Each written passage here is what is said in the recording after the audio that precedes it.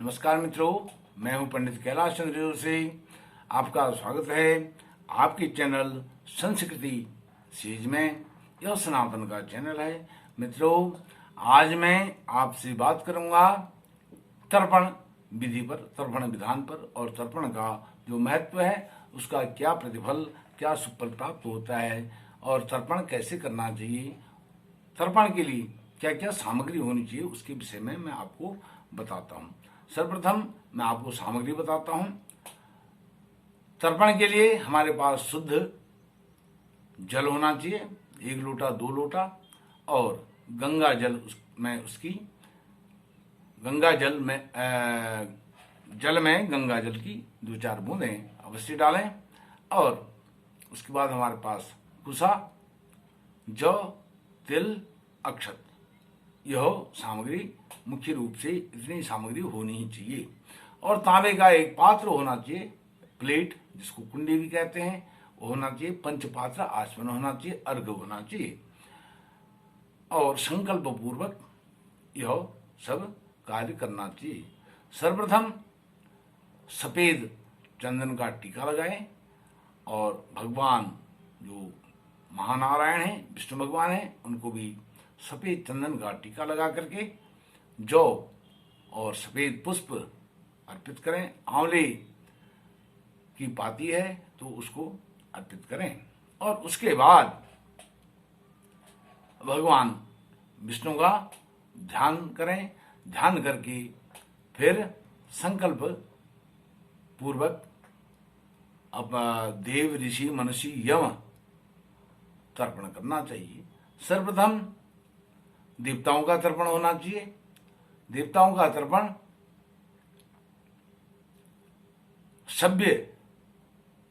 सभ्येन होता है, अर्थात बाएं कंधे में जनेऊ हो और दाएं हाथ के नीचे जनेऊ हो, और कुसा को हाथ में जैसे संकल्प लेते हैं, इस प्रकार से लेकर के देव तीर्थ से जल छोड़ना चाहिए। हाथ में जल डालें और वह जल देव तीर्थ से, अर्थात अंगुलियों के अग्रभाग से या अंगुलियों के जो बीच में खाली स्थान है, इनसे जल निकलना चाहिए।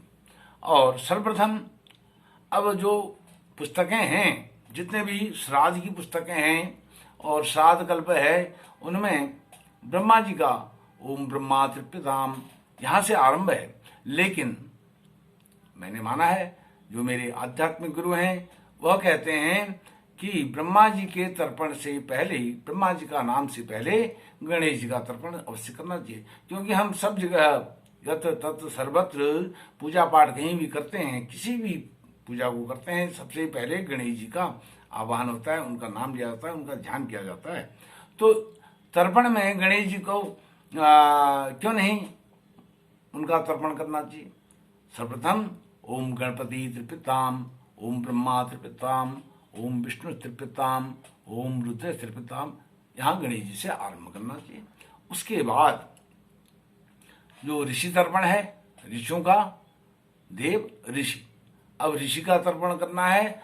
कुशा लेना है हाथ में, अक्षत लेना है, और 2-2 अंजलि जल देना है। अब इसको जो है ऋषि तीर्थ से या प्रजापति तीर्थ से, प्रजापति तीर्थ ये है जो कनिष्ठ का सबसे छोटी उंगली है, उसके जो मूल है वहां से जल निकलना चाहिए। कुसा हाथ में लेकर के, अक्षत हाथ में लेकर के, और अंगूठे को हल्का सा ऊपर को उठा करके यहां से जल छोड़ना चाहिए। और वह जल जो छोटी उंगली है, छोटी उंगली के मूल से निकलना चाहिए। ओम सनक त्रिपिताम, ओम सनक त्रिपिताम आएगा, यहाँ पर बहुवचन है, ओम सनक त्रिपिताम, ओम सनक त्रिपिताम। इस तरह से 2-2 अंजलि जल देना चाहिए, और जनेऊ को कंठालंबित करके गले में माला की तरह डाल करके करना चाहिए। यह ऋषियों का तर्पण हो गया। अब जो दिव्य पितृ हैं, दिव्य पितृ, उनका तर्पण करना चाहिए। दिव्य पितृ हैं अरिमादि, और यह अपशब्य होगा। अपशब्य अर्थात दाएं कंधे में जनेऊ हो और बाएं हाथ के नीचे जनेऊ हो अपशब्देन, कुशा हाथ में लेकर के, तिल हाथ में लेकर के 3-3 अंजलि जल देना चाहिए। और पितृतीर्थ से अंगूठे और तर्जनी के मध्य से जल निकलना चाहिए। यह पितृतीर्थ है। पितृतीर्थ से यह जल निकलना चाहिए। और दुग्ध मिश्रित जल हो तो अति उत्तम है। गंगा जल तो उसमें होना ही चाहिए। और 3-3 अंजलि इसमें जल देना चाहिए दिव्य पितरों के निमित्त।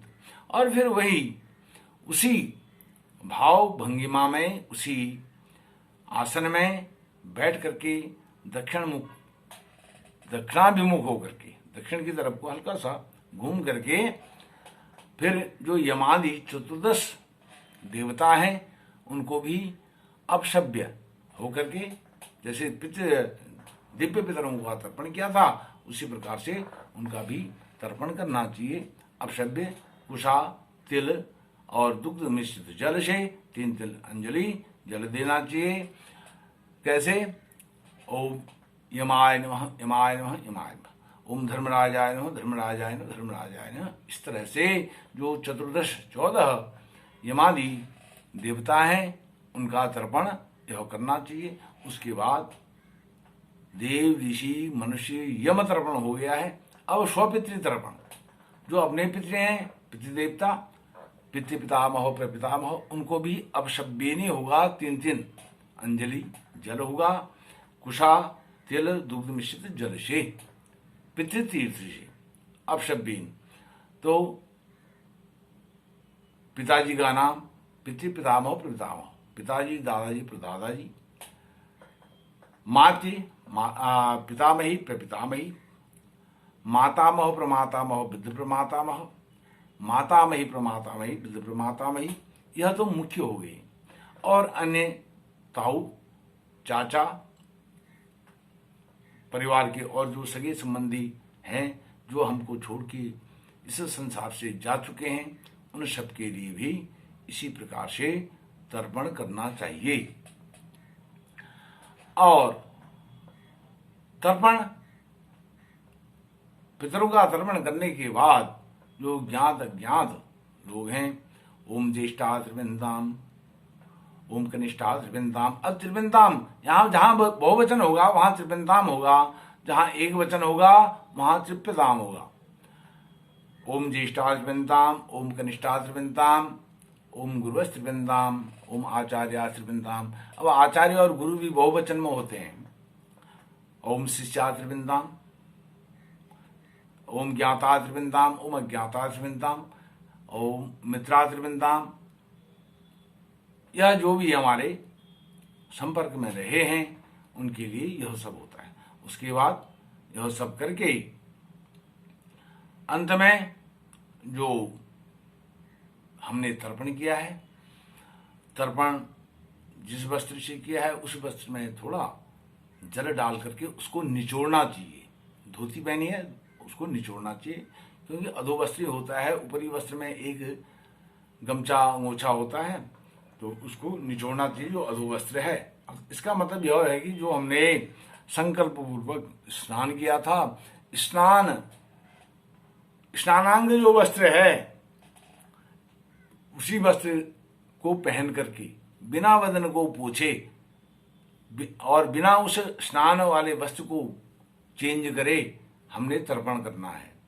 इसका मतलब यह है, यदि हमने तर्पण इस प्रकार से नहीं करा स्नान वाले वस्त्र से, कोई बात नहीं, तब उसको निचोड़ा जाता है। और नहीं तो उसका भी बहुत बड़ा महत्व है स्नानांग वस्त्र से तर्पण करने का। वह भी मैं अगली एक वीडियो बना रहा हूँ, उसका भी महत्व आप जरूर जानिए।